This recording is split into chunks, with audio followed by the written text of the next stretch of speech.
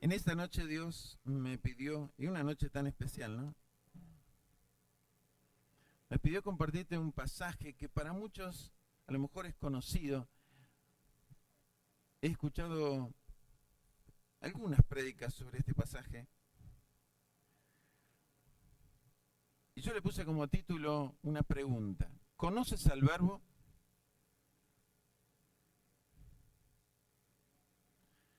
El sábado pasado hablamos si amamos a Dios y cómo amamos a Dios. Y Dios nos habló en cuanto a cómo Él recibe nuestro amor, a cómo Él realmente entiende cuando nosotros le amamos realmente. Y en esta noche quiero darte a conocer quién es el Verbo. En realidad lo dice Juan en el capítulo 1. Y Él nos da a conocer quién es el Verbo. Y preste mucha atención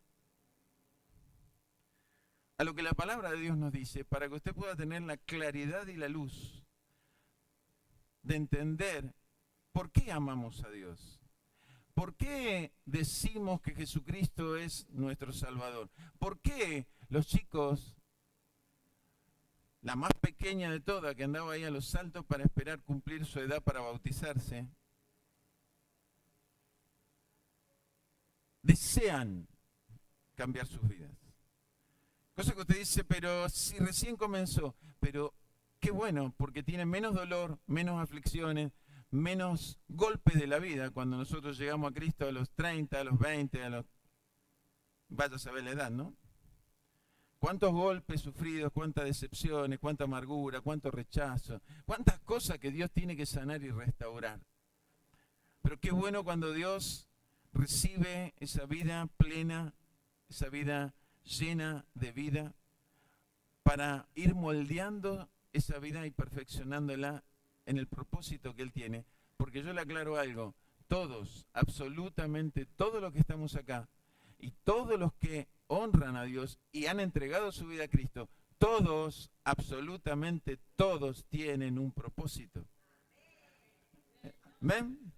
Aunque usted no diga amén, está el propósito. Usted tiene que encontrar cuál es ese propósito, usted tiene que encontrar cuál es la voluntad de Dios para su vida. Usted tiene que investigar de acuerdo a la palabra y en oración y a lo que el Espíritu Santo le vaya marcando, cuál es el plan y el propósito que Dios tiene para su vida. Pero en ningún momento Dios vino y mandó a su Hijo a morir en una cruz y a salvarnos de la condenación eterna para que nosotros estemos de vacaciones. Me dijo amén, ¿eh? No, dijo que estemos de vacaciones. Es más, le enseñó a sus discípulos cuál es la gran comisión y se los recordó cuando se iba. Le dijo, yo ahora me voy al Padre, vuelvo a mi lugar, pero voy a preparar, así no se queda cruzado de brazos, dice, yo voy a preparar lugar para ustedes, pero ustedes me tienen que ser testigos en Jerusalén, en Samaria y hasta el último de la tierra. ¿Qué pasó? Hasta el capítulo 6, los discípulos, que eran los apóstoles, la iglesia estaba creciendo, la iglesia estaba avanzando, pero hasta el capítulo 6 de los Hechos vemos que estaban muy cómodos en Jerusalén. Entonces pasó una situación en el capítulo 7 del libro de los Hechos. ¿Y qué pasó? Apareció un Esteban, un diácono elegido hacía muy poquito, para servir las mesas. Y andaba un tal Saulo de Tarso persiguiendo a los cristianos, junto con un malón de gente, ¿no? Y lo agarraron a Esteban y lo acusaron de anatema, de maldito, por hablar de Jesús. Y lo apedrearon. De ahí se armó una gran persecución. Y nos relata el capítulo 7 y 8 del libro de los Hechos que apareció un tal Felipe, otro diácono elegido. lleno del Espíritu Santo, que fue a Samaria. ¿En Jerusalén? En Samaria. Y ahí en Samaria hizo un gran movimiento espiritual, al punto tal que aún el brujo de Samaria creyó. No sé si se convirtió, pero creyó. Yo siempre hago una diferencia, creer en Dios y ser convertido. Creer en Dios, todos creemos en Dios. ¿Por qué? Porque en nosotros Dios nos creó con un recipiente de fe. Hay gente que cree en sí misma, hay gente que cree en la difunta Correa, hay gente que cree en Gilda, hay gente que cree en Maradona. ¿Por qué? Porque en algo tenemos que creer, porque hay un recipiente de fe que se tiene que volcar en algún lado. Pero Dios hizo ese recipiente de fe en nosotros para que nosotros lo buscáramos a Él y permaneciéramos en Él. ¿Me sigue? Entonces así Felipe en Samaria comenzó a hacer un gran movimiento, que después se lo entregó a Pedro y a Juan, para que sigan ministrando y haga que el Espíritu Santo descienda sobre ellos. Y después tenía que seguir porque era hasta el último de la tierra, ¿no? Y como seguían, hasta ahí llegaron, Dios dijo, bueno, los voy a avergonzar un poquitito. Porque así hace Dios. Lo que nosotros descartamos, Él escoge. ¿Y a quién escogió para ser el misionero más grande de ese tiempo? Al mismo que sostuvo la ropa de Esteban cuando lo estaban apedreando. A don Saulo. Camino a Damasco, tuvo un encuentro con Jesús. Y de allí en más, después de haber orado, el profeta que le mandó Dios, Jesús, a hablar con él, y cayeron las escamas de los ojos porque había quedado ciego, de Saulo pasó a ser Pablo, el apóstol Pablo. Y ese llegó hasta donde pudo. Terminó en Roma, entregando su vida. Pero el Evangelio llegó hasta acá, ¿o no? Porque el Evangelio tiene que correr. Porque la gran comisión es ir y predicar el Evangelio a toda criatura, bautizándolos y haciéndolos discípulos. Ahora nos queda la tarea como iglesia, ¿qué? Hacer discípulos a los que hoy se entregaron a Jesús. A los que hoy públicamente testificaron lo que ya habían hecho en su corazón. Ellos ya le habían entregado su vida a Cristo. Hoy lo declaran públicamente que ellos ya son una nueva criatura en Cristo. ¿Amén? Ahora, ¿quién es el verbo? ¿Por qué Juan habla del verbo? Dice ahí, le di tiempo para encontrar Juan 1, ¿no? Juan, capítulo 1, dice, versículo 1, en el principio era el verbo, y el verbo era con Dios, y el verbo era Dios. Este era en el principio con Dios. Todas las cosas por Él fueron hechas, y sin Él nada de lo que ha sido hecho fue hecho. En Él estaba la vida, y la vida era la luz de los hombres, y la luz en las tinieblas resplandece, y las tinieblas no prevalecieron contra Él. El verbo. ¿No era más fácil poner Jesús? ¿Por qué el verbo?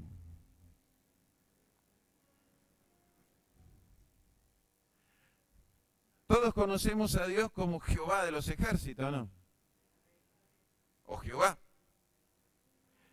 Pero en realidad Él se presenta como yo soy el que soy. Y yo soy habla de verbo. ¿Todos fueron a la escuela? ¿Cómo anduvieron con la lengua? Gramática. Soy viene del verbo ser, ¿sí o no? ¿Y a qué se refiere? a que Dios, desde el Génesis 1 hasta el día de hoy, Dios viene haciendo cosas nuevas. Dios es creador. Él siempre está en acción. Él no se queda dormido. Él no está descansando en su trono y dice, bueno, ya está, mi hijo subió a la tierra, ya murió, derramó su sangre, a ver si esto incircunciso se convierte. Él no está en el trono haciendo eso. Él continuamente está haciendo cosas nuevas. Él está creando cosas nuevas. Por eso cuando la gente viene hablando de un avivamiento y recordamos el avivamiento de allá y del otro lado y esperamos eso o nos hacemos nosotros una idea de cómo tiene que ser ese avivamiento, le erramos fiero. Y resulta ser que vivimos el avivamiento, pero ¿qué pasa? Nos lo pasa por la nariz y ni nos damos cuenta. ¿Por qué? Porque estamos con el concepto de cómo yo quiero el avivamiento. Cómo a mí me parece que tiene que ser el avivamiento. ¿Cómo tendría que ser que Dios... porque si Dios me preguntara, yo le diría cómo tendría que ser el avivamiento, ¿o no?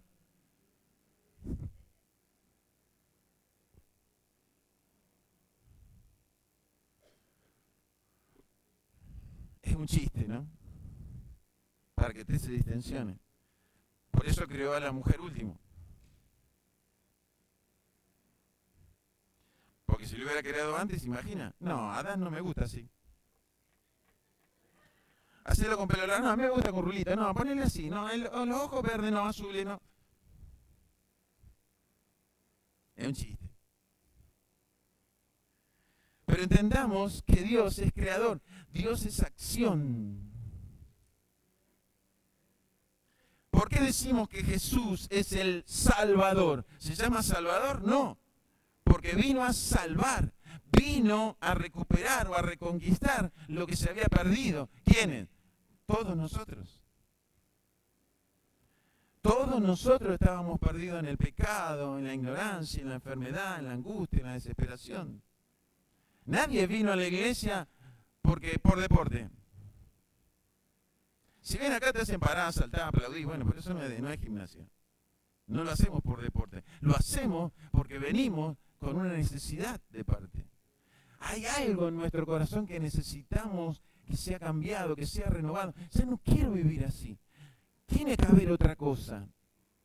Y muchas veces buscamos por un montón de lados y no encontramos hasta que llegamos al lugar donde te hablan de Jesús, conoces a Jesús y ahí la cosa cambia. Y ese es el trabajo del discipulado. El discipulado no es que yo venga, te predique a vos un montón de cosas y vos te vayas con alguna idea. El discipulado es que vos vayas conociendo paulatinamente, de acuerdo a lo que Dios estableció en su palabra, quién es Dios. ¿Por qué se dice yo soy? ¿Por qué le decimos a Jesús el Salvador? ¿Amén? Entonces, si Dios sigue haciendo... Y dice acá que el verbo, que es Jesús, era desde el principio y estaba en el principio. ¿Por qué dice acá? Todas las cosas por Él fueron hechas. Y sin Él, nada de lo que ha sido hecho fue hecho. ¿A qué se refiere?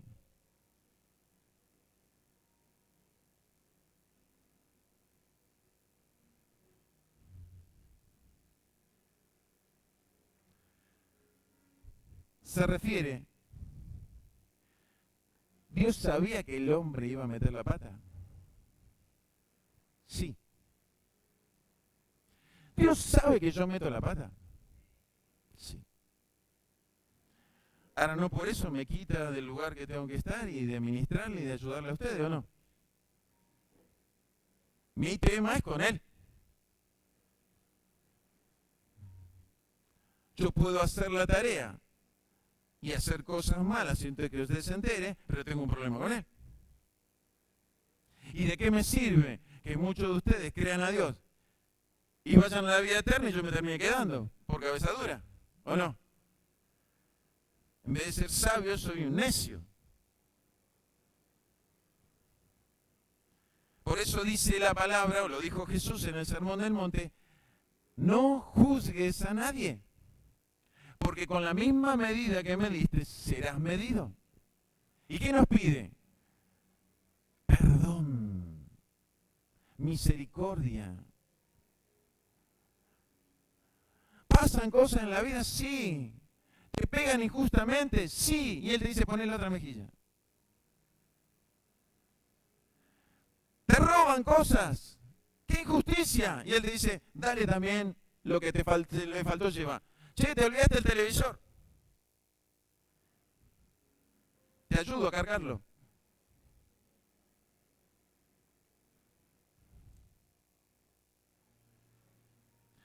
Te dejan trabajando, vos te pagan 8 horas, pero te dejan trabajando todos los días 10 horas.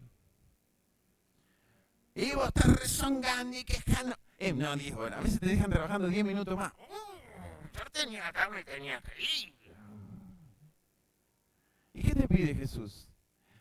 Si te piden llevar la carga 1 kilómetro, llévala 2, dice. Decidí vos llevarlo. Entonces, ¿qué somos? ¿Una manga de tontos?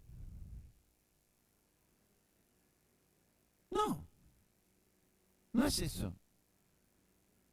Lo que Jesús está enseñando, porque Él lo practicó primero, es que guardes tu corazón, del cual emana la vida.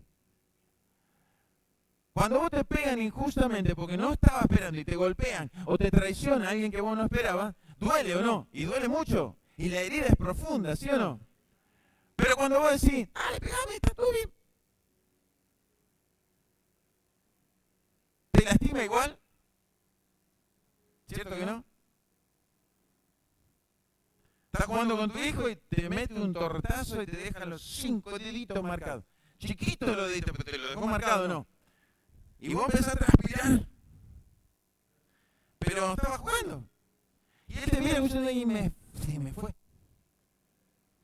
¿Y vos lo querés matar? No, porque vos estabas jugando y decís, está bien, no pasa nada, hijo. Está todo bien.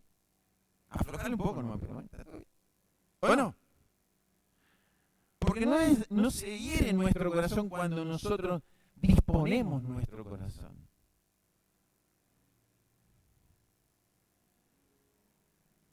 De eso es lo que Él nos está pidiendo, que guardemos nuestro corazón. ¿Cómo se guarda el corazón? Ay, no confío en nadie, yo me cierro, no soy amigo de nadie, porque todos son mentirosos, traicioneros. Esto es como aquello que dice, no, yo no voy a la iglesia, todos los pastores son delincuentes, hacen esto, hacen lo otro, hacen aquello.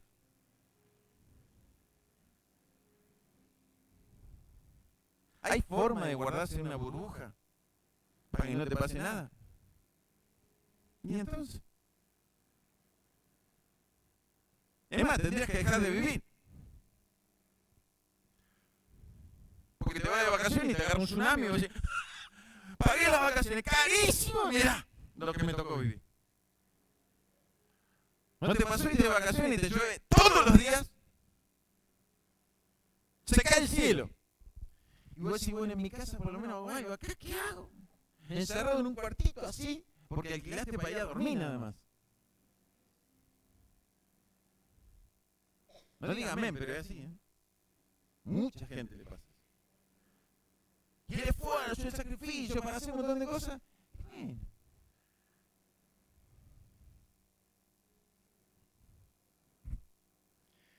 Yo vivo en una zona turística. Y por ahí veo, llueve, ¿no? Y la gente sale con las parrillas y todo. ¿Eh? Yo los miro y digo, ¡qué locura!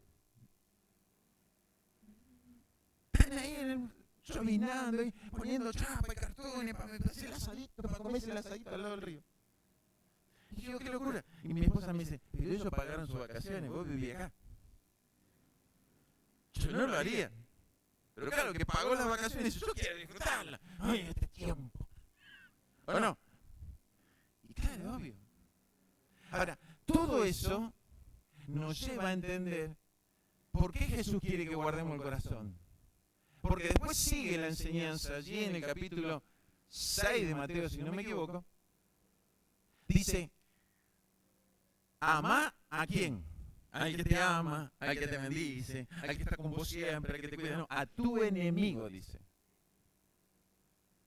Ama a tu enemigo. Bendecí al que te maldice. Ayuda al que te odia.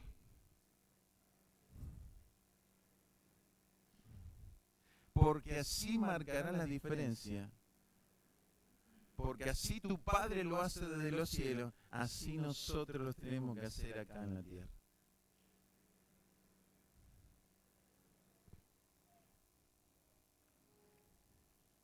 Entonces, volviendo al tema original, ¿Dios sabía que Adán iba a pecar? Sí. Sí, que no se la agarre con Adán y Eva, porque en definitiva hicieron lo que ellos deciden, como nosotros decidimos. Ahora, era mucho más fácil, usted diría, y yo no hubiera puesto el árbol de la vida en el huerto del Edén, no. ¿Qué hubiéramos hecho nosotros? Nuestros hijos les gusta meter los dedos en el enchufe, ¿qué hacemos? No le podemos cortar los dedos. Entonces buscamos y le ponemos tapitas en los enchufes, andamos atrás de ellos, ¿o no? Se viven trepando, vamos ahí cuidando, no, te sacamos las escaleras, sacamos la silla, ¿o no? Pero eso hacemos nosotros. Dios no hace eso. Dios dice que Él nos creó en libertad. Nos dio libre albedrío. Entonces, ¿dónde va a estar la libertad? Si Él, sobre algo que vos no tenés que hacer, Él te lo quita para que vos no metas la pata. Entonces, el mundo está como está, no porque Dios se olvidó, no porque Dios cambió, no porque Dios no tiene poder, es porque Él le permite a la humanidad caminar y vivir como quiera.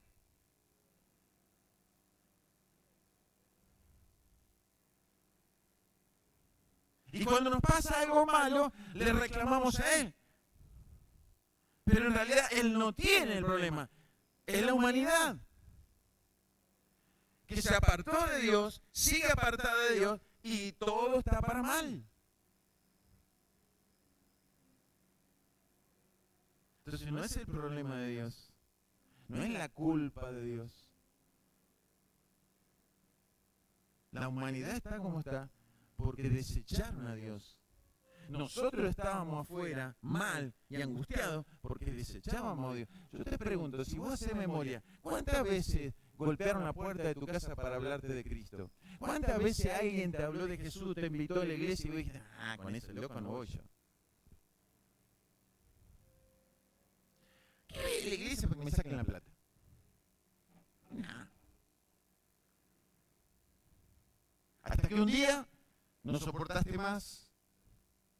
Hasta que un día las cosas ya estaban a punto del desastre total y decidiste buscar una nueva oportunidad.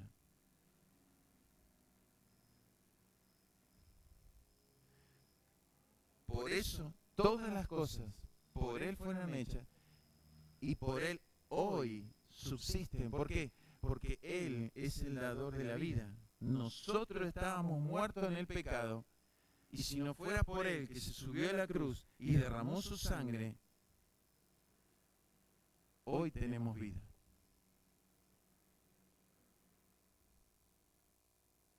Él es la vida y la vida era la luz de los hombres. Cuando uno tiene vida, ¿tiene luz o no? Cuando uno está enojado, amargado, entristecido, ¿hay luz? ¿Cierto que no? No. Sí, hay luz en tu casa, vos prendés el filo, se prende la lamparita, pero no.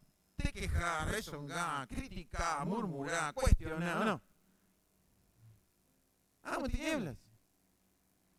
Pero cuando viene Jesús y Él sana eso, y Él cambia eso, y renueva nuestra vida, nuestro corazón, porque las situaciones de la vida a veces están, pero uno lo toma de otra manera, uno lo vive de otra manera. Por eso dice que la vida, y la vida es Cristo, la luz es Cristo en nosotros. ¿Qué es lo que hicieron los chicos cuando declararon ahí? Hoy le entrego mi vida. ¿Para qué? Para que Él haga una nueva vida en mí. Nosotros somos una nueva criatura en Cristo. Ahora, esa nueva criatura en Cristo, ¿cómo se demuestra? Cuando se ve la luz de Cristo.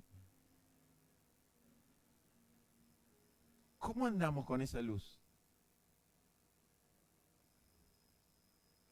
Donde vamos, ilumina, o se oscurece?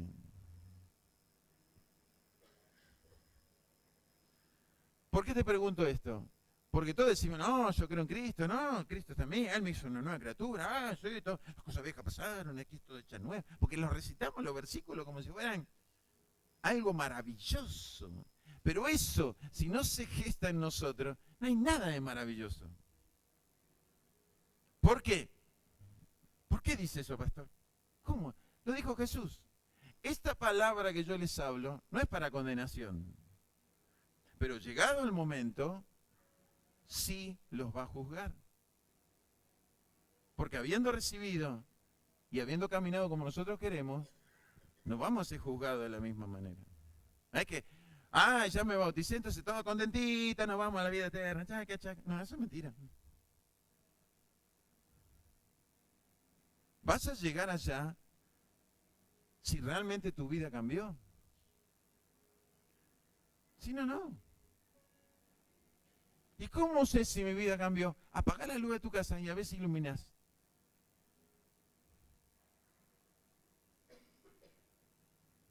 Cuando tu casa está en oscuras, porque tu hijo le fue mal, porque a tu hija le pasó esto, tu marido tuvo un mal día en el trabajo, o al revés, ¿no? La esposa tuvo un mal día en el trabajo y viene el marido, o en la casa. ¿Tu casa está en tiniebla o no? Pero vos sos la luz. ¿Qué tiene que pasar? Que entra a tu casa y la luz, dice acá, ¿qué pasa? La luz en las tinieblas no sabe.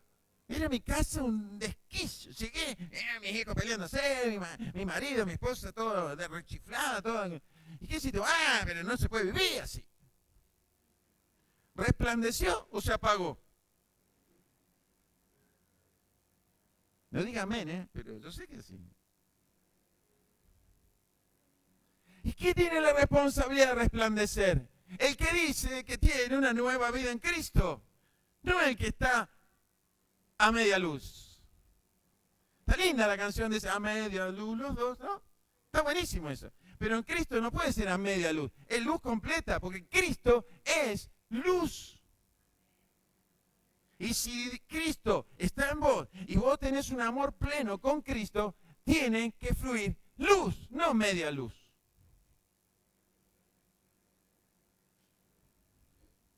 Entonces muchas veces las cosas de mi casa no cambian porque el que es luz está en cortocircuito. Yo el otro día prendo la luz del baño y se pone a media luz.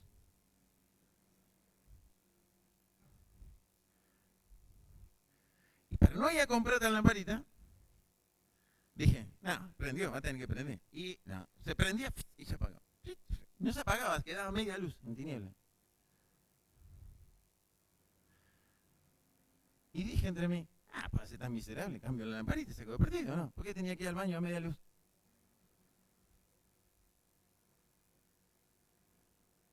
A veces nosotros, por no pagar el precio de venir a Cristo y arrepentirnos y pedir perdón de todas las cosas malas que hacemos, andamos a media luz.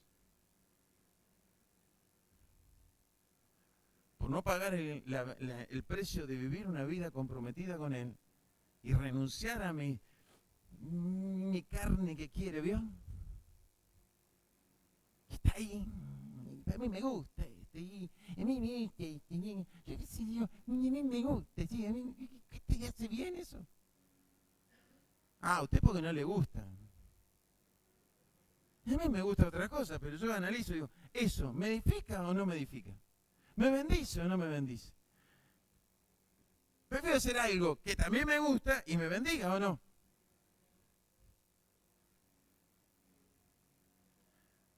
Hay algo en mí que es pleno y que me lo dio Él porque no era una capacidad que yo tenía. A mí me gusta muchísimo enseñar a la gente de Dios. ¿Es fácil? No. ¿Todos me aplauden? No. ¿Todos oran por mí bendiciéndome? No.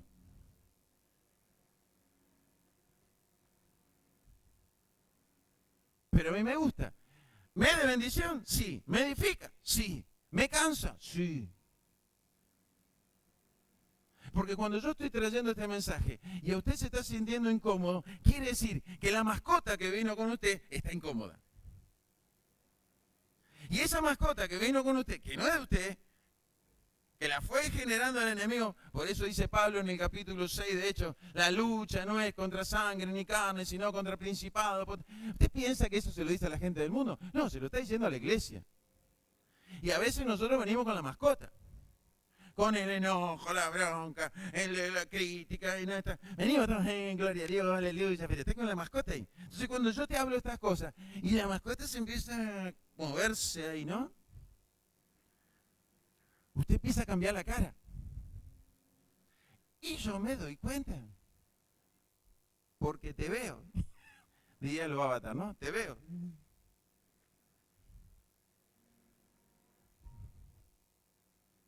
Ahora, eso, ¿a mí me angustia? No. En realidad, me da pena. Porque la idea es que tu vida cambie. De que vos vivas distinto. De que vos camines en la bendición de Dios. Porque Él te creó para bendición. Lamentablemente, todo se contaminó por el pecado del hombre. Y todo está mal por el pecado del hombre. Pero sabemos que en esta vida vamos a tener aflicción, pero en la vida eterna ya no más. En esta vida corta, que vayas a saber cuántos años te toque vivir, o me toque vivir, vamos a tener aflicción, vamos a tener lucha, dolores, te levantas con el... Ay, me duele la cadera, me duele la cabeza, que no, empezamos con todo esto. Ay, el día de hoy, ¿qué será? ¡Qué calor, qué frío! ¿Cómo el tiempo loco, o no? Porque todos nos levantamos de esa manera, ¿o no? O usted se levanta, gloria a Dios, aleluya, este es el día del Señor. ¿A quién no lo hace? Y no mienta porque se queda afuera. Los mentirosos no entran en el reino de los cielos. Pero en realidad yo tendría que levantarme así, ¿o no? Bueno, si soy medio Pinocho que no sabe bailar, por lo menos cantá.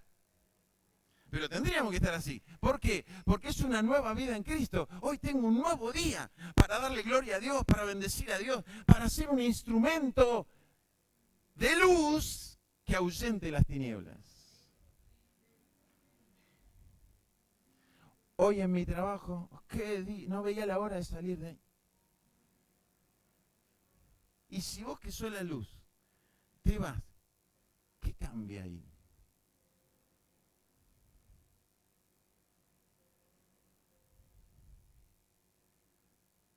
Nos mandó a hacer luz y sal, ¿o no? Sermón del monte.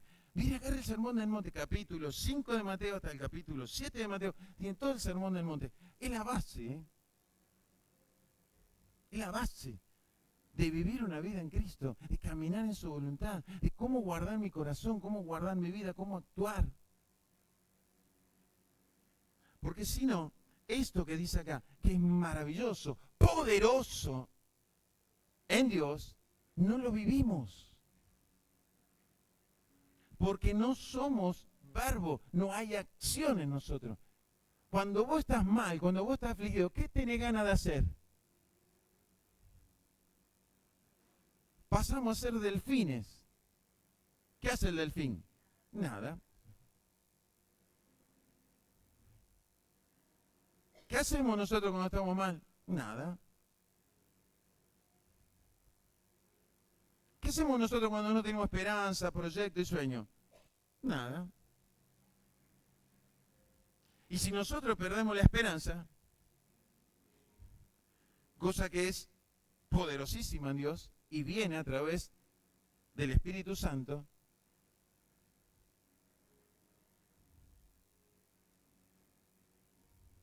dice 3 cosas poderosas ahí en Dios: la fe, la esperanza y el amor. Y dice Pablo, aunque el más importante es el amor.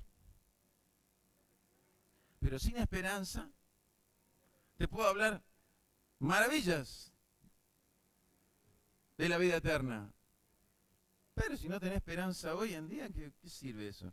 Primero te tengo que llevar a Cristo y que entienda que Cristo es el verbo y Él da vida y en Él tenemos vida y vida en abundancia, para después poder entender lo otro, ¿sí o no?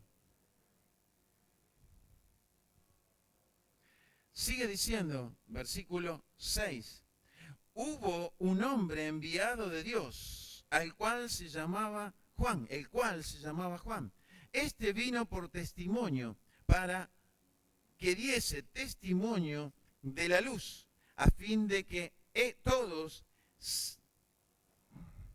creyesen por él. No era él la luz, sino para que diese testimonio de la luz. Aquella luz verdadera que alumbra a todo hombre venía a este mundo. Todos sabemos la obra de Juan el Bautista, ¿o no? El Elías que iba a ser enviado a preparar el camino del Señor. Y ese Juan el Bautista no andaba vestido con mantos sagrados. Se bajaba en un carro nuevecito. Andaba en un caballo blanco. O la gente le andaba rindiendo tributo. Ese Juan el Bautista, dice la característica de él, y usted lo puede leer en los evangelios, él vivía en el desierto. Y salía del desierto solamente para traer el mensaje de salvación, para traer ese mensaje de entender que la gente se tenía que volver a Dios, arrepentirse y pedir perdón. Y de ahí venía el bautismo, arrepentimiento y perdón.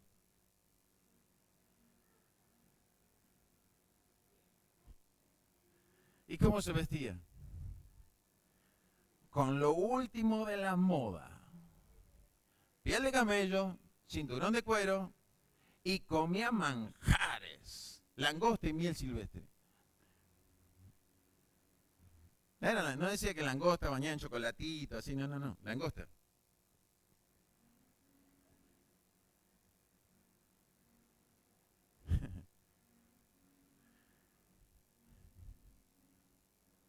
Entonces, para servir a Dios, ¿me tiene que ir todo bien?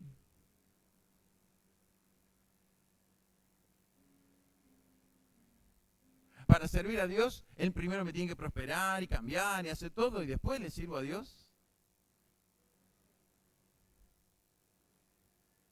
Esa es la fábula que nos contaron. Esa es la fábula que se fue generando por malas enseñanzas. Pero el servir a Dios tiene que ver con un corazón agradecido, nada más. Fabuloso lo que compartió Sole con el Salmo. ¿Cómo? ¿Con qué le pagaré a Dios sus beneficios? ¿Qué le puedo dar a Dios que no tenga? Esto es para su casa. No compramos nada a Dios para esto. Es para mantener su casa, su edificio y todo lo que Dios quiere con esta iglesia, con este templo o con el ministerio que ha salido a todo lado. Entonces, ¿qué le puedo dar a Dios? Ahora, a Él le debo todo, le debo la vida, le debo el cambio, le debo mi presente, le debo haber sanado mi pasado y le debo mi futuro, lo que venga. Porque en Él sé que voy a tener victoria.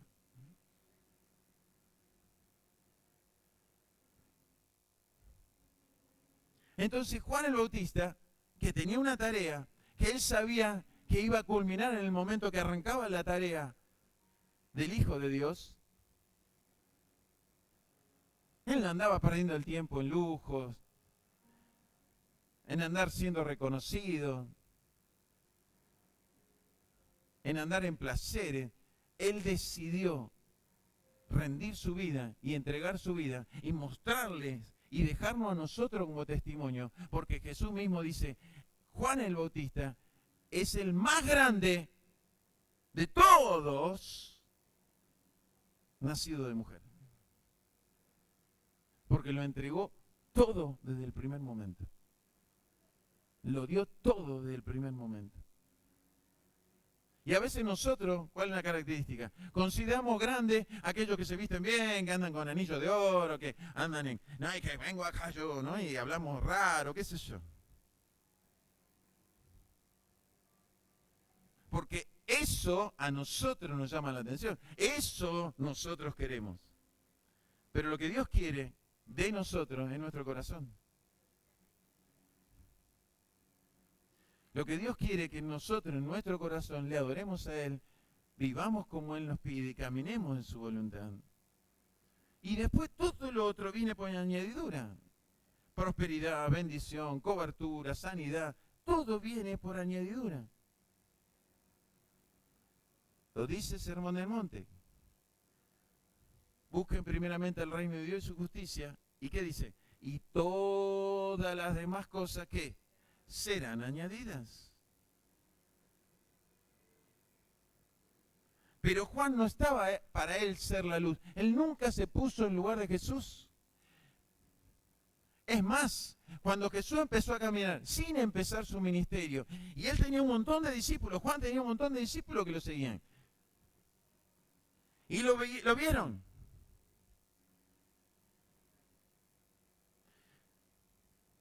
El mismo Juan que escribe este libro, primero fue discípulo de Juan el Bautista antes de ser discípulo de Cristo. Y Juan decía, ahí va, este es el Cordero de Dios que quita el pecado del mundo, el cual yo no soy digno de atar las correas de su sandalia. Pero lo seguían a Juan. Y Juan decía, yo no soy el importante, Él es el más importante. De Él vengo a testificar, de Él vengo a hablar. Y yo en esta noche no te vengo a hablar de mi vida, te vengo a hablar del Verbo. Y que el Verbo cambió mi vida y puede cambiar la tuya. El Verbo sabe que yo cometo errores y que lucho todos los días con mis situaciones, como también sabe tus errores y tus luchas. Porque Él conoce todas las cosas, porque a través de su Espíritu que mora en nosotros, sabe todas las cosas.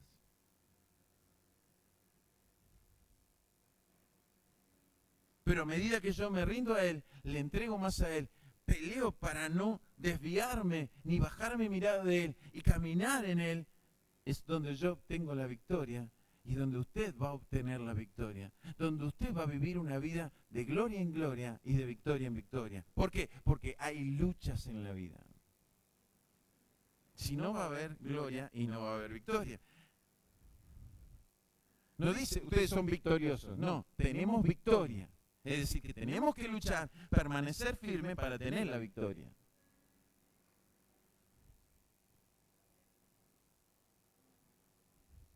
Ahora el Verbo vino al mundo. ¿Y qué dice? En el mundo estaba, y el mundo por Él fue hecho, pero el mundo no le conoció. A los suyos vino, y a los suyos no le recibieron. Mas todos los que recibieron, a los que creen en su nombre, les dio potestad de ser hechos hijos de Dios, los cuales no son engendrados de sangre, ni de voluntad de carne, ni de voluntad de varón, sino de Dios. Aquel Verbo fue hecho carne y habitó entre nosotros, y vimos su gloria como del unigénito del Padre, lleno de gracia y de verdad.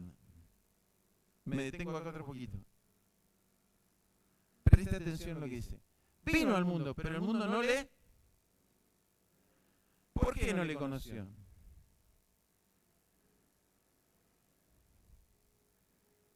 Porque no creyó. Acá el mundo no está hablando de la gente que está afuera, está hablando de la gente incrédula, está hablando de la gente que duda, está hablando de la gente que solo busca a Dios por la vallaspirina, por el cambio, por la bendición, por la prosperidad. Ese es el mundo.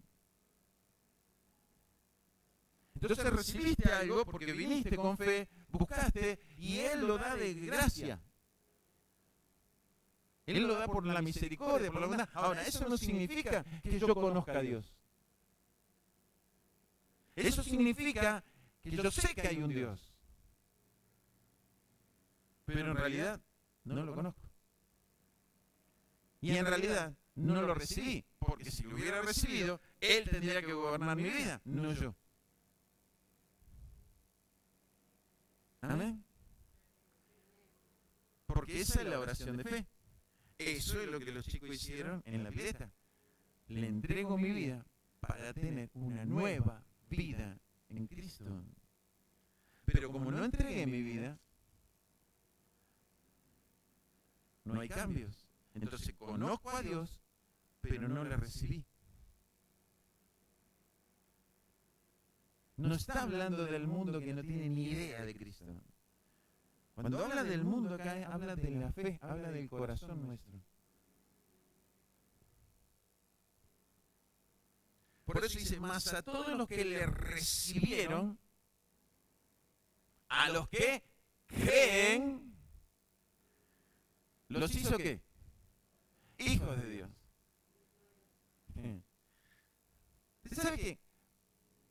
Muchas veces me crucé con gente, hasta aún con familiares,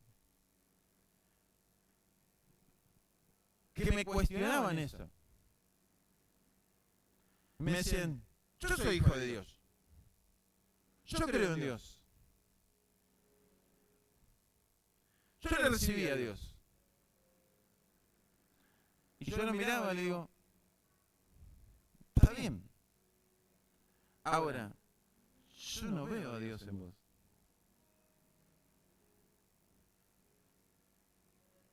Ustedes los evangélicos, porque así me trataban, ¿no? Y yo te digo la verdad, porque feo que te llegue el momento de partir y vos te creíste que realmente Dios estaba en tu vida y realmente no le conociste nunca. No te estoy cuestionando, no te estoy criticando, no es una cuestión de que yo te estoy discriminando, sino te estoy haciendo ver algo que vos no estás viendo, porque acá dice que nosotros cuando le recibimos y creemos, quiere decir que hubo un cambio. ¿Qué pasa? Ahí somos transformados en hijos. Si no, somos seres humanos. Porque en un momento me dice, ¿qué soy yo? ¿Un animal? No, sos un ser humano. Como cualquier otro. Ahora, ser hijo de Dios, tiene que haber una entrega. Tiene que haber una nueva vida. Y yo te veo a vos haciendo lo mismo que hiciste siempre. Y lo haces con total libertad total, va, rezar unos 4 Padres Nuestros, unas 5 Virgen María, te sentís tranquilo. Está todo bien. Te enseñaron eso, está todo bien. Yo te enseño lo que dice la Biblia. La misma Biblia que vos tenés en tu casa. La misma Biblia que vos tenés en tu casa. No estoy leyendo algo que es un libro aparte. La misma Biblia que tenemos en tu casa dice lo que te estoy diciendo. Entonces no me digas que sos hijo, no sos hijo. Porque te estás engañando a vos mismo y a Dios no lo vas a poder engañar.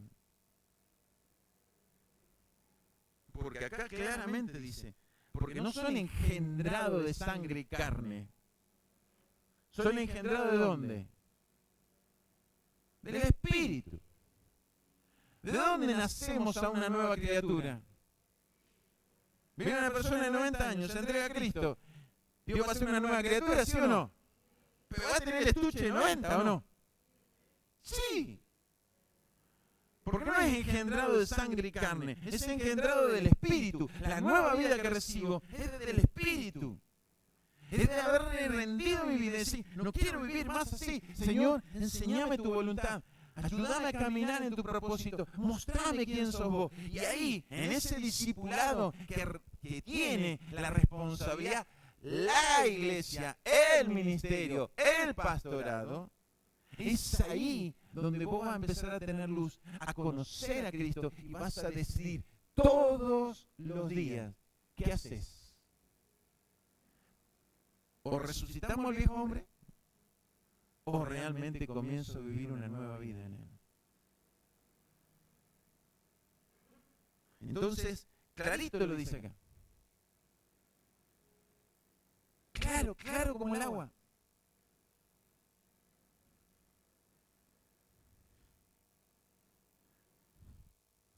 Porque a veces algunos saben que me dicen, y esto lo hablamos creo que en uno de los jueves. Bueno, pero mi papá era así, mi mamá era así, yo tengo el carácter de mi abuela, yo tengo el...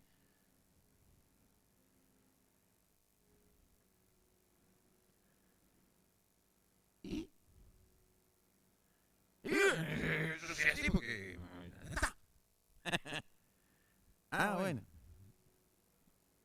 entonces Dios me vendió algo equivocado.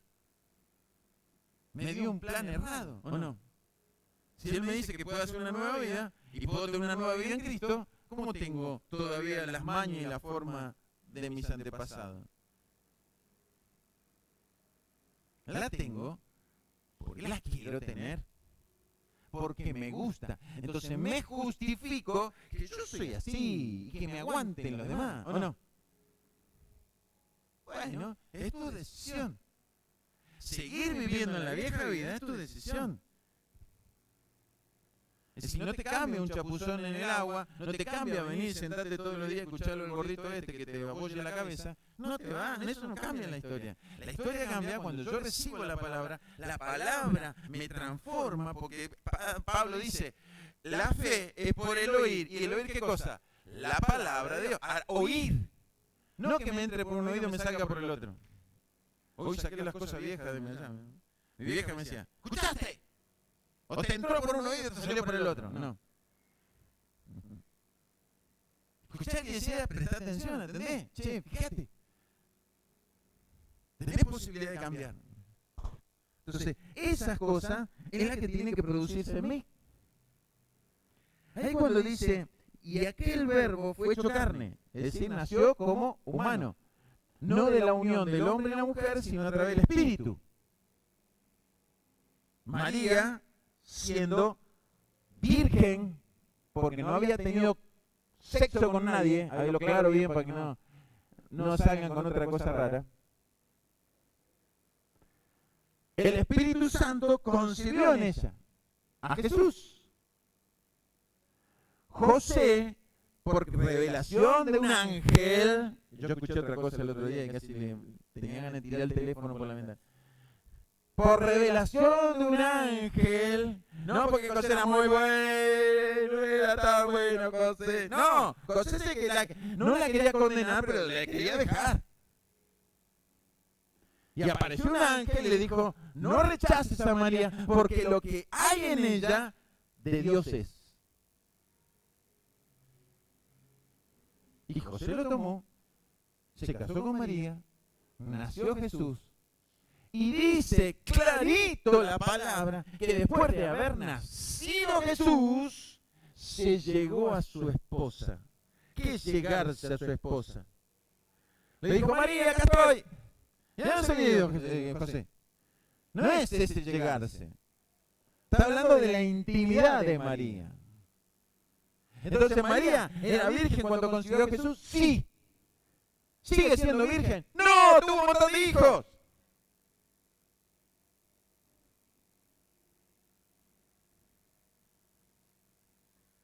Perdón que me exaspere. Hay cosas que yo... ¿Y por qué transversan la palabra y la acomodan? Que José era tan bueno porque así... Y te salen con una enseñanza rara. Y no, que María... No, los hijos de María no eran primos de Jesús. Dice que eran los hermanos de Jesús. Es más, se estima que Santiago, el que escribió la carta de Santiago, y aún el de la carta de Judas, posiblemente hayan sido hermanos de Jesús. Y hermano es hermano.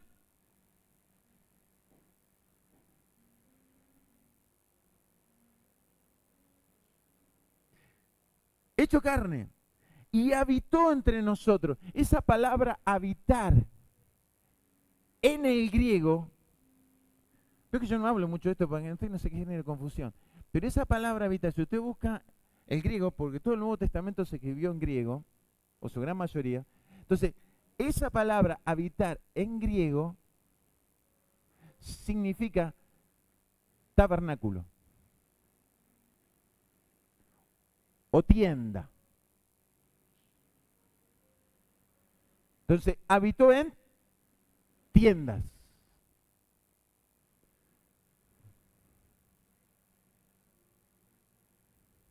Dando memoria de qué? De que cuando el pueblo salió de la cautividad de Egipto con Moisés, Dios le hizo a Moisés, le dio, ¿qué cosa? Las tablas de la ley, pero también el arca. ¿Y dónde habitaba el arca? En una tienda.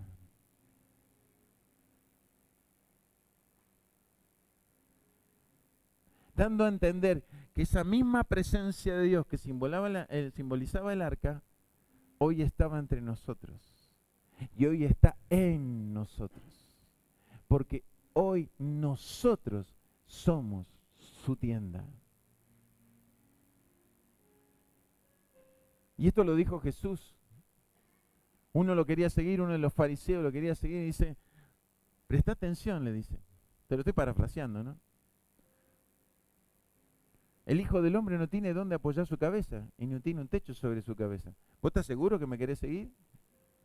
¿Vos estás muy cómodo en que vivís bien, la pasás lindo, tenés tu casa personal y todo? ¿Estás seguro que me querés seguir? Tenés que dejar todo eso de lado. Porque Él habita en tiendas. ¿Dios necesita semejante templo? No. ¿Sabe quién lo necesita? Nosotros.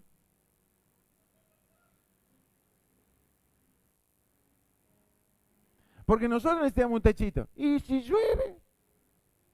Es más, esto cuando arrancó, estaba el techo, pero las paredes estaban a la altura de las ventanas.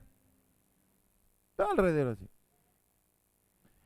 Entonces, usted presta atención, si usted abre ese portón y prende las luces, y el portón es así nomás, imagínense todo abierto. Esto era una de cascarudo, aguaciles, todos los bichos de la luz andaban por acá. Tenía más congregación de bichos que de personas.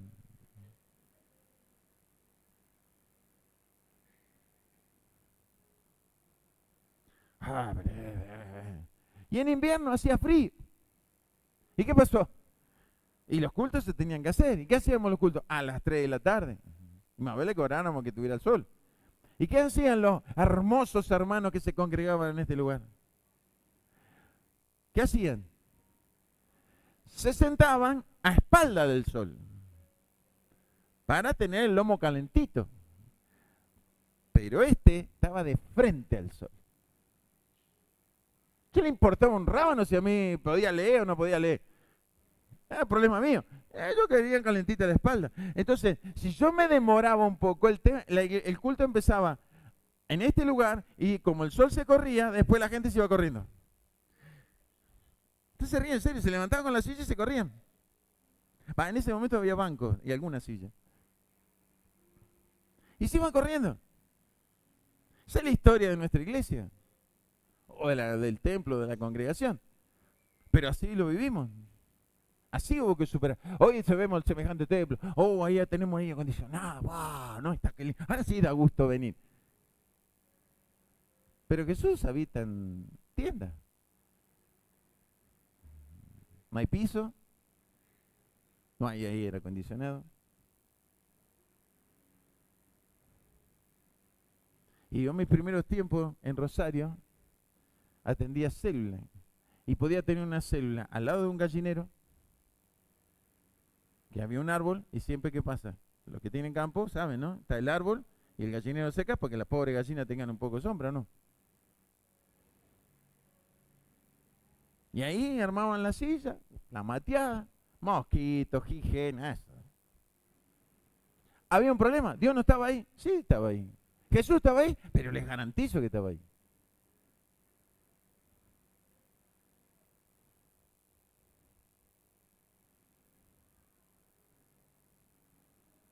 Cuando la iglesia, esta iglesia, con otro pastor, el anterior, arrancó en este lugar, era el terreno y había una carpa. ¿Cuántos son de Venado acá? Levante la mano. ¿La vieron en la carpa o no? Todos los sábados, pero era fija, todos los sábados teníamos que venir a la mañana a levantar la carpa porque siempre se caía. Cualquier vientito hacía ¡pum! La carpa. Vuelta a armar la carpa. Y ni se imagina, porque el pastor que hizo, le habían donado alfombra y no tuvo mejor idea que poner alfombra en el pasto. Entonces, si se había volteado y llovió, era como si usted estuviera dando el culto en el arenero, donde todos los gatos pillaron.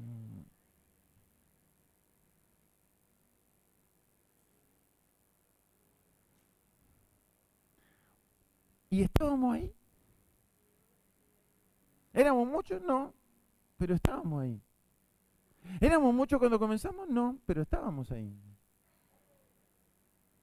Y la obra comenzó a avanzar. Porque le creímos a Dios. Porque el Verbo habita en cualquier lugar. No necesita semejante edificio. Necesita corazones que le amen, que quieran, que deseen que Él habite en sus vidas. Por eso Él no busca gente perfecta. La gente perfecta no necesita a Dios. Ellos te lo dicen. ¿Para qué quiero a Dios? Si me va todo bien. Como si Dios tendría que ser alguien que le dé siempre el salvavidas, ¿no? No. Pero es el concepto que ellos tienen. Yo te hago todo bien. No necesita a Dios. Está todo bien. Crean ustedes. Entonces el perfecto no necesita a Dios, lo rechaza. El que está mal, el que vive angustiado, desesperado. El imperfecto sí necesita a Dios. Por eso dice que Él buscó lo que el mundo rechazó y abandonó. Lo que estaba perdido. Termino con esto. Dice, Juan dio testimonio de Él y clamó diciendo, este es de quien yo decía, el que viene después de mí es antes de mí, porque era primero que yo. Porque de su plenitud tomamos todos y gracia sobre gracia. Pues la ley por medio de Moisés fue dada, pero la gracia y la verdad vinieron por medio de Jesucristo. Ahí clarito está diciendo que el verbo es Jesucristo. Ahora presta atención, dice, porque de su plenitud tomamos todos y gracia sobre gracia. Presta atención. Yo no soy nada. Yo no soy nadie. Para que nadie se sienta ofendido. Sin Él.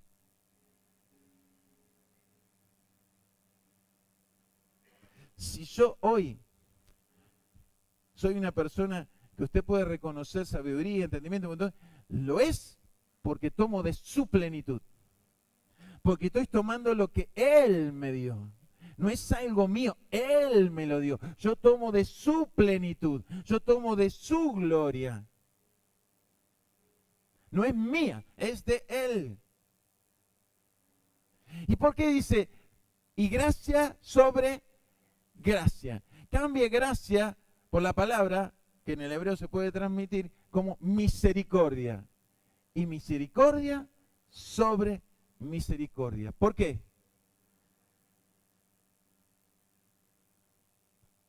Porque no merecemos nada. Ni el más grande, ni el más chico, ni el que más sabe, ni el que conoce más de Dios, ni el que más certificado tenga, ni el que más unción tenga, porque la unción no tiene que ver con algo que sea llenadura del Espíritu Santo, sino que la unción viene por querer en Dios y Él nos dio autoridad sobre todo. Entonces está esa unción de poder para servir a Dios. Pero la llenura del Espíritu Santo no viene por la unción, viene por creer en Dios, por rendir mi vida, por renunciar a mi vida y dejar que Él crezca en mí. Esa es la llenura del Espíritu Santo.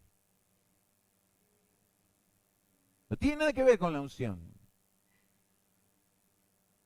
Porque había uno echando fuera demonios y los discípulos le dijeron, no, vos no tenés que hacer esto. Y fueron a Jesús y decían, Jesús, vos no sabés lo que hicimos. Encontramos uno echando fuera demonios y le dijimos que no lo haga. Y Jesús le dijo, ¿por qué? Y si no está con nosotros, no se junta con nosotros, no te siga a vos, sabe quién es. Y él dijo, no se lo impidan. Eso no le corresponde a ustedes andar eligiendo o decidiendo o evaluando. Y aclara, el que conmigo es, junta, y el que no, desparrama. Pero a Dios le sirve igual. Pero ese echaba fuera demonios porque había unción, ¿o no? ¿Y de qué llenura el Espíritu estamos hablando? Ah, lo agarré ahí. Porque Pentecostés fue mucho más allá. Y sobre lo único que él oró para que el Espíritu descendiera fue sobre sus 12 discípulos, ¿o no? Entonces, ¿de qué llenura del Espíritu están hablando? Y este echaba fuera demonios. ¿Entienden que hablamos lo que se nos repite como lorito? Pero está en la Biblia. Y está en los evangelios, ¿no? Uy, yo no entiendo mucho profecía del Antiguo Testamento, muy complicado. No, evangelio. Está ahí. Pero es interpretar lo que estamos leyendo. Porque la unción viene a través de creerle a Dios y tomar esa autoridad que Él me dio. Entonces, voy a hacer un montón de cosas. Pero eso no significa que yo sea lleno del Espíritu Santo. Por eso dice Jesús, Sermón del Monte, capítulo 7, dice, y muchos vendrán a mí y dirán, en tu nombre profetizamos, en tu nombre echamos fuera demonios, en tu nombre resucitamos muertos. Y Jesús le dice, apartados de mí, hacedores de maldad, porque no les conozco. Sí hicieron eso porque había unción, porque le creyeron a Dios y tomaron el poder de Dios para hacer eso. Pero no había llenura del Espíritu. No había una verdadera entrega. Entonces eso de la unción es una buena propaganda para los que esquirlan a la iglesia. Y andan repartiendo unción. Porque la unción viene de Dios. Y viene porque yo creo.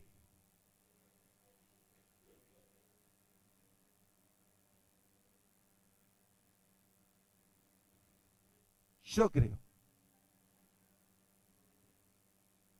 ¿Cuántos conocemos la historia de Elías y Eliseo? ¿Cómo recibió la unción Eliseo? Le ungió a Elías con aceite. Dice, oh, te imparto mi unción. No, se lo quería sacar encima. Elías iba al lugar donde se tenía que haber un encuentro con Dios. Había recibido una palabra de Dios. Él no explica eso en la Biblia porque no es concisa en ese punto, porque no nos interesa a los chismosos saber qué le dijo Dios a Elías. Pero Elías iba a un encuentro con Dios, evidentemente, porque después vinieron carros de fuego a buscarlo, ¿sí o no? Entonces iba a un lugar, a un encuentro con Dios. Y Eliseo iba con él. Y dice, ¿qué hace? Andá para allá. Diría alguno, andá para las casas. No, voy con vos, le dice Eliseo. A donde vos vas, yo voy. Y lo seguía. Se cruza con unos profetas. Le dice, Eliseo, ¿vos sabés que tu siervo va a ser tomado? Y Eliseo dice, sí, no importa. Como diciendo, quédate, ¿para qué vas? Y hay un tema con él. No, yo voy. Entonces cuando llegan al lugar, antes que los carros de fuego descendieran, Elías le dice a Eliseo, ¿qué quieres tú? Quiero una doble porción de lo que vos tenés. No le pidió que ay, quiero lo tuyo. No, quiere una doble, le pidió.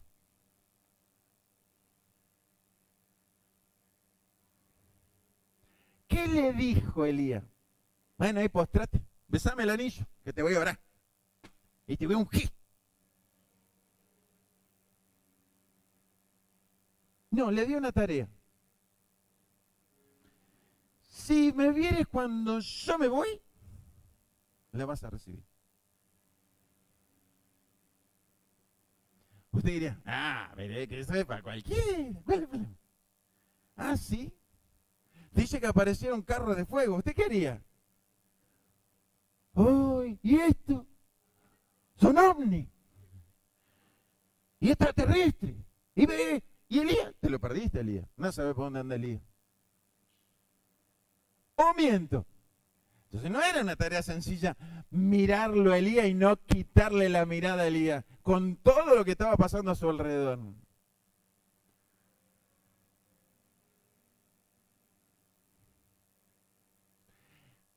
Estás con tu hijo, saliste a pasear en la plaza. Hay un accidente. ¿Qué haces vos? Estamos todos en el accidente. Perdiste a tu hijo, no sabes dónde andan. Entonces, Sí, ¿qué fue? Mira lo que pasó. No era tarea sencilla que Eliseo tuviera que ver a Elías cómo se iba. ¿Y qué pasó? ¿Cómo recibió la doble porción? Dice que el manto de Elías cayó a los pies de él. Él tomó el manto, se montó y ya tenía la doble porción. ¿Qué te van a vender? Espejitos de colores, gente. Dejémonos de embromar. Está todo en la Biblia.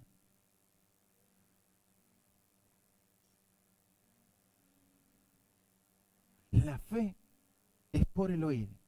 Y el oír, la palabra de Dios, no otra cosa. Dios es el que da y Dios es el que quita. Dios es el que pone reyes y Dios es el que saca reyes. Todo depende de Él y todo es de Él. Nada es nuestro, todo es de Él. Amén. Entonces, vivimos de misericordia sobre misericordia. ¿Por qué? Nos tuvo una primera misericordia donde nos aceptó, nos perdonó, nos limpió y echó todo, porque el perdón de Dios vio que dice, todos nuestros pecados son echados en lo profundo del mar y Él se olvida, ¿sí o no? Se olvida. ¿Pero qué hacemos?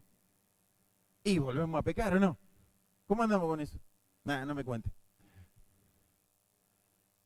Entonces, ¿qué tenemos que hacer? Otra vez tiene que venir, ¿qué cosa? La gracia de Dios, la misericordia de Dios. Por eso vivimos de gracia sobre gracia. ¿Dios sabe que vamos a vivir? Sí, lo sabe. ¿Tiene un problema con eso? No. Lo que dice es no lo hagas conscientemente. Una cosa es pecar por error y otra cosa es decidir pecar. Y Él tiene muy claro eso porque ve tu corazón. Entonces el problema no está en haber caído, el problema está en decidir caer y quedarme caído. Amén. Ahora conoce al verbo. La pregunta es, ¿qué vas a hacer con un verbo que es acción, que es vida, que es luz? ¿Lo vas a tener en vos contenido? ¿Lo vas a tener en vos ahí apagadito? ¿Lo vas a tener en vos ahí dormidito para que no, no?